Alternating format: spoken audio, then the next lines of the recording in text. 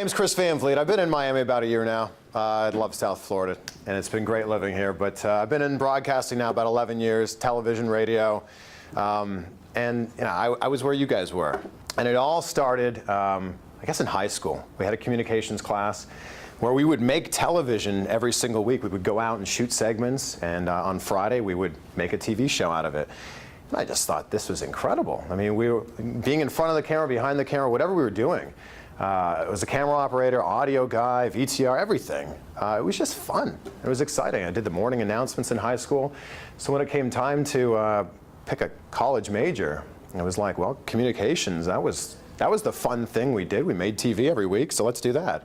And then I got my real break, if you will, by I called up this radio station and basically said, hey, I'm a senior student. I want to get into broadcasting. This is what I want to do.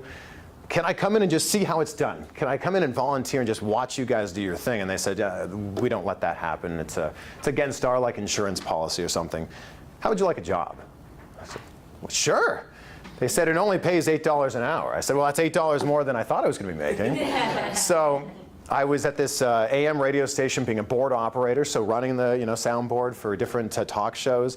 It was incredible. When the show was done, I got to go into the booth and read some news scripts and kind of just hone the skills in the real world, because that's really the only way you can get that much better is by doing it.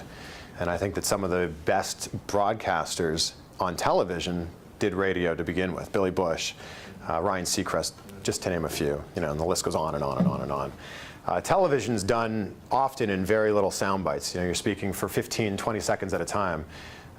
Like, for example, like what I did on Deco Drive last night. I threw to the movies that were coming out this weekend. So I said something like, oh, well, you've got this and this to choose from. Here's the movies coming out this weekend. It's like 7 seconds on TV.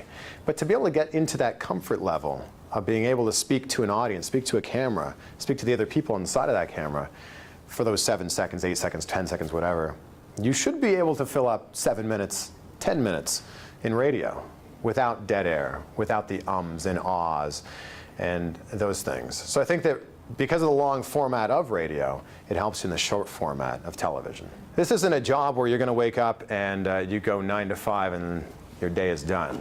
Like I'm working on Sunday.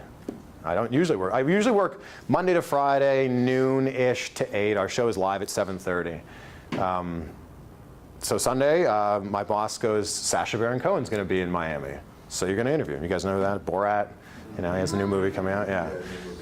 So it's not a question of can you do it? It's a question of, there's no question. It's you're going to do this. They just have to make it nicer. Right. But you're not going to be like, oh, no, thank you. I don't want to interview him. Right. It's going to be fun.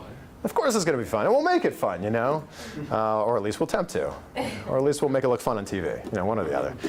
You got to do your best to try to make a question that is going to try to break the ice, trying to open things up, and something that's maybe they haven't heard before, an interesting question. I always just go in with questions that I want to know the answer to. And if the viewers also happen to know or want to know the answer as well, everybody wins. If you can take one skill out of being here, it's not being on camera, it's being a great writer. Because we're all storytellers. That's what reporters and journalists are. We take a story and condense it into a minute, minute and a half, 2 minutes, whatever. If you can tell that story in the least possible words in the most entertaining way, it's going to be memorable. And it's going to be the best skill that you could have. But I will tell you, the secret to doing this, and the secret to life in general, is love what you do.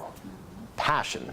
If you can have passion about whatever it is you do, whether it's TV or radio, or if you're going to be cutting the grass, be the best grass cutter you can be. Be the best boyfriend you can be, girlfriend, husband, wife, mother, father. If you're passionate about what you do and you love what you do, nothing can stop you.